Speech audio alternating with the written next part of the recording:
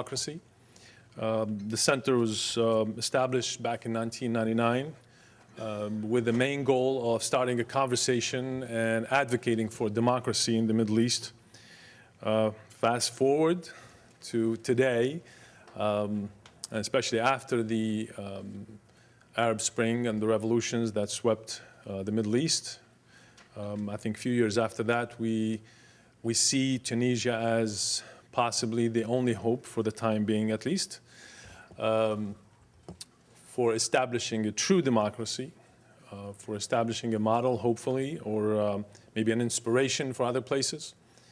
But Tunisia these days is going through some tough times, and we thought that this is a crucial time for us to start a conversation about what is happening in Tunisia, what are the challenges in light of especially the two and the latest two terrorist attacks that took place in Tunisia. What are the other challenges? Also, we know that the West in general, the US in particular, has promised to stand by Tunisia, to support Tunisia economically and otherwise. Yet we keep seeing a lot of good rhetoric. I haven't heard any negative comments about Tunisia in DC from the administration, on the Hill, from others. Yet we do not see the same type of support materialize in actual support, whether it's in economics or in other areas. Case in point is the last talk here in DC about the bill that was granted by the House. The House granted the administration what it asked for in terms of support to Tunisia. Yet we saw that the Appropriations Committee has put a stop and brought back the support, especially in terms of the military aid that Tunisia needs so desperately today. And so we hope that we can yet again remind our friends on the Hill about the importance of supporting this new democracy in North Africa. And hopefully today, with our distinguished panel, we can advance that conversation and urge people to take another look at Tunisia and support and match the rhetoric with actions. So we're going to start today with Mr. Qais Darraji. He is the attaché at the Tunisian embassy. We hope that the ambassador, the new ambassador of Tunisia, would be here with us today. He's traveling to Tunisia tomorrow, and so he sends his regrets. But at the same time, we have Mr. Darraji, who's capable of delivering at least the remarks from the embassy. And I would like to ask Mr. Darraji to step up to the podium. Thank you.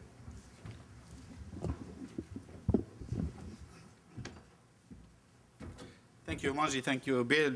And thank you, CSID, for mobilizing once again support for Tunisia and keeping Tunisia on the agenda.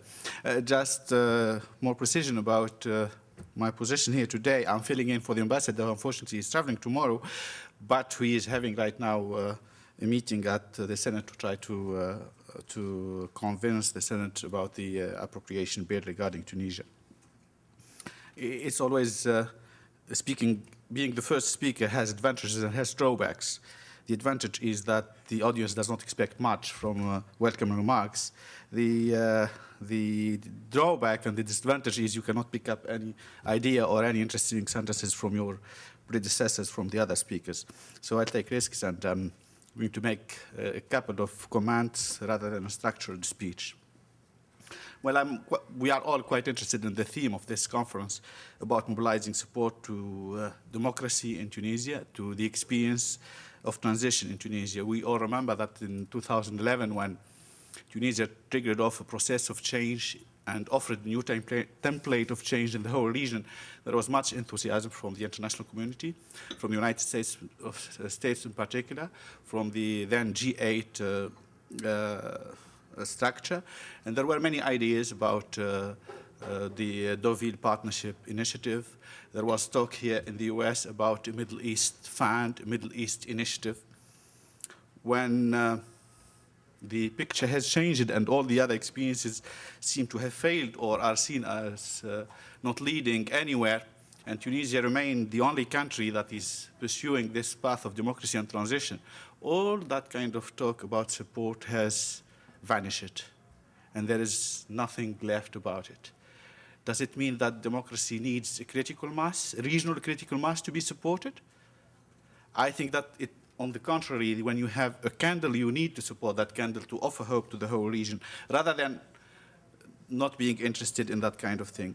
I think one of the issues that Tunisia is confronted to is that it is a country that is taken for granted. Tunisia's success is taken for granted in many parts in the world, particularly in the United States of America. Maybe the distance between the two countries helped that kind of idea.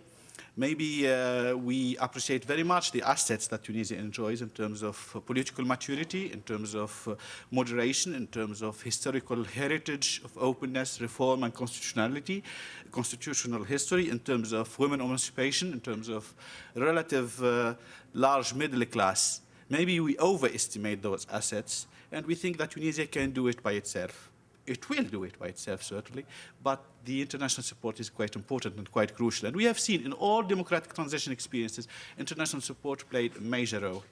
Whether in the first wave, Spain, Greece, Portugal, the European Union support was crucial in sustaining the democratic processes and in offering the supportive economic structure to democracy. Democracy needs an economic supportive system, needs some prosperity to let people keep that faith in democracy. Otherwise, people will lose faith in democracy, and that is quite a dangerous thing. I'll go through some arguments that plead in favor of supporting countries like Tunisia. We all speak about Tunisia as possible, as a potential model, as a potential inspiration for the whole region. I think it's quite important if we insert this idea of model within this battle of ideas between progressive, liberal, democratic aspirations in the region and between another narrative that is promoted by extremists and terrorists. These extremists would say that there is no hope, there is no change. We cannot generate any change without arms, without terror, without violence. Tunisia offers a counter-narrative, a narrative of hope, a narrative of inclusiveness, and the narrative of success. It delegitimizes the discourse and undermines the appeal of these organizations, if obviously we will succeed in that search. The Tunisian narrative or the democratic narrative is counter to the system of thought of terrorist organizations, to their communication strategies, and to their very future. All of their communication is, and all of their discourse is premised on a Hobson choice, an illusion of choice between secular autocracies or theocracies. They do not offer any other alternative. Tunisia does offer that alternative. And that is why Tunisia is particularly targeted in this kind of battle of ideas, because they have to undermine the Tunisian model. They have to keep the idea that there are only two choices, that there are no other possible options for Tunisians or for people in the whole region. The terrorists will continue to try to undermine the Tunisian model. They will try to show that it is a failure in terms of security, in terms of delivering to its people, in terms of meeting the expectations of ambitious and young population. And that is one of the issues that is very important in Tunisia right now. It is this kind of expectation gap. There is a large gap that is quite wide between people's expectations, people believing in democracy as panacea, as the solution to all kinds of problems. And after almost 5 years now after the revolution, the dividends are not there yet. And people start to lose faith in democracy. And that's quite dangerous, not only for Tunisia, but for the whole region. For the US, the democratic process in Tunisia, the success of the Tunisian experience, I think has a historical value. I mean, it is certainly the first time in recent history, in the history of our region, that the US could have a genuine democratic partner in the region. And that is a very important issue because it is in a sense, it helps to spread the message that we can establish bridges of communication between the US and the Arab world, that we can share real values, that we can share democratic values. That has large, far-reaching ramifications in the whole region.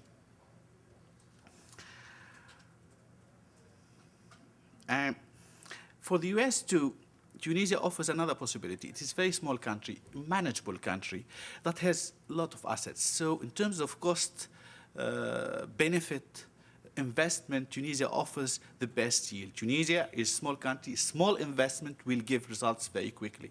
We have an educated, well-trained population. We have a small population. The whole country is quite small and manageable, and very little investment will give very good results in a very short time. So far, I mean, what kind of support we are having? We're having very strong political support.